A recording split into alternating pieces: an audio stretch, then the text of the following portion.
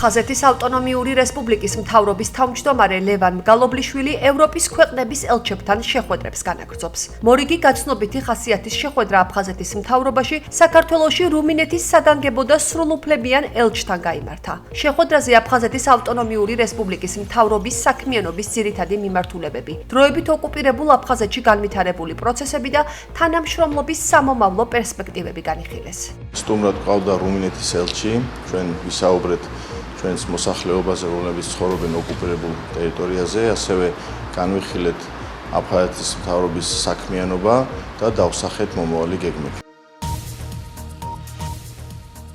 აფხაზეთის ავტონომიური რესპუბლიკის უმაღლესი საბჭოს ხდომაზე აფხაზეთის ავტონომიური რესპუბლიკის ჯანმრთელობისა და სოციალური დაცვის მინისტრს ლაშა ქარდავას მოусმინეს. მინისტრის საათის ფორმატში ლაშა ქარდავამ სამინისტროს საქმიანობის 9 თვის ანგარიში წარადგინა და დასმულ შეკითხვებს უპასუხა. მინისტრმა დაწვრილებით ისაუბრა სამინისტროს მიერ განხორციელებული პროგრამების შესახებ, რომლებიც მიმართულია აფხაზეთიდან დევნილთა და ოკუპირებულ აფხაზეთის ტერიტორიაზე მცხოვრებთა სამედიცინო დახმარებაზე. მინისტრმა ყურადღება გაამახვილა დევნილთა სამედიცინო დაწესებულებებში განხორციელებულ ცვლილებებზე, ახალ ინვესტიციებზე და სამოქმედო გეგმაზე, რაც დადებით გავლენას იქონიებს დევნილი მოსახლეობის ჯანმრთელობის მდგომარეობაზე. ჩემმა კოლეგებმა დადებითი შეფასება მისცეს სამინისტროს საქმიანობას. ყველა პროგრამა, რომელიც იყო გათვალისწინებული აი ამ პერიოდის განმავლობაში, მათ შესრულებული აქვთ. ჯანდაცვა იყო, მაგრამ დღეს განსაკუთრებით ხდება პრიორიტეტი ჩვენი მთავრობისთვის.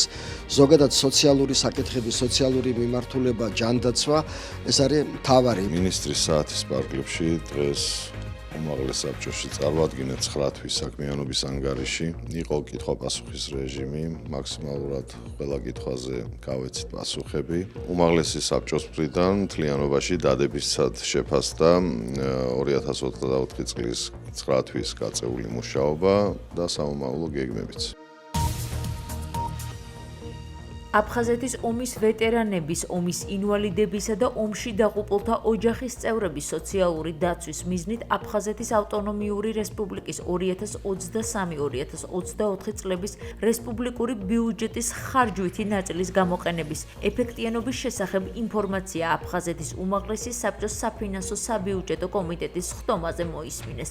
ხდომას უმაღლესი საბჭოს თავმჯდომარის პირველი მოადგილე საფინანსო საბიუჯეტო კომიტეტის თავმჯდომარე თამას ხუბუა უძღვებოდა. შეხვედრაზე ხაზგასმით აღინიშნა, რომ აფხაზეთის ავტონომიური რესპუბლიკის ბიუჯეტის პრიორიტეტებში განსაკუთრებული ადგილი ეთმობა 1992-1993 წლებში განვითარებული საომარი მოქმედებების ვეტერანების, ომის ინვალიდებისა და ომში დაღუპულთა ოჯახის წევრების სოციალური ინტერესების დაცვის უზრუნველყოფას. გაიმართა საქმიანი დისკუსია ომის ვეტერანთა და მათი ოჯახის წევრების პოლიტიკური, მენტალური და სოციალურ ყოფითი უფლებების დაცვის აქტიურ თემებზე. ხდომის მონაწილეები ერთხმად შეთანხმდნენ ზემოთ აღნიშნული მიმართულებებით ერთობლივი, კოორდინირებული და მიზანმიმართული მუშაობის გაუმჯობესების აუცილებლობაზე. საკომიტეტო მოსმენაში მონაწილეობდნენ და საკუთარი მოსაზრებები გამოთქვეს საფინანსო საბიუჯეტო კომიტეტის წევრებმა, უმაღლესი საბჭოს დეპუტატებმა, საქართველოს ვეტერანების საქმეთა სახელმწიფო სამსახურის დირექტორის მოადგილემ ჯანდრი უბირიამ,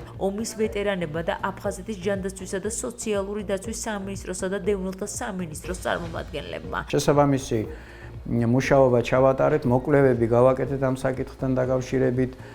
ვერ ვიტყვი, რომ ეს საკითხი უყურადღებოდ არის დატოვებული, საკმაოდ საქმიანი, მიზანმიმართული მუშაობა ხორციელდება, გარკვეული თანხებიც ხმარდება ამ თვალსაზრისით რესპუბლიკური ბიუჯეტიდან, მაგრამ ზუსტად აი ამ საკითხის შესწავლის დროს წარმოჩნდა ზოგიერთი მომენტი, რომელიც შემდგომ დახვეწა საჭიროებს. ჩვენ დავსახეთ საქმიანი გეგმები, რომ 2025 წლის ბიუჯეტის ფორმირების დროს ის წინადადებები, ის რეკომენდაციები, ის დაწყებული საქმის ბოლომდე მიყვანის უზრუნველსაყოფად საჭირო სახსრების გათვალისწინება მოხდეს დასახელებული სამინისტროებისა და სხვა მხარჯავი უწყებების პროგრამებსა და ქვეპროგრამებში.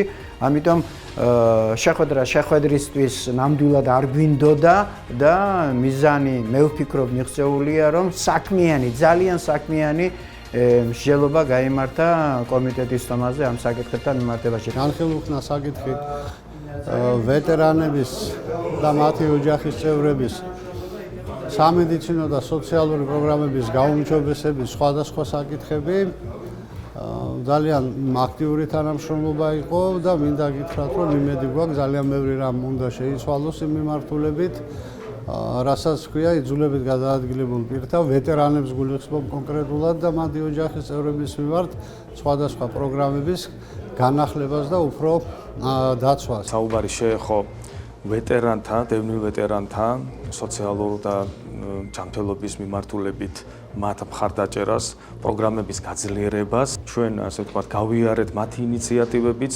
აქვე უნდა დავამატო ის, რომ აფხაზეთის მთავრობის თავმჯდომარის ინიციატივით შექმნილი ჯგუფებიც ორი კვირის განმავლობაში ხვდებოდნენ დევნილ მოსახლეობას, რა თქმა უნდა, მათ შორის იყვნენ ვეტერანებიც, რომლიდანაც ინფორმაცია მივიღეთ, თუ რა სურვილები არის, რა პრობლემები არის და რა კუთხით არის დასაგეგმი 2025 წლის ბიუჯეტი.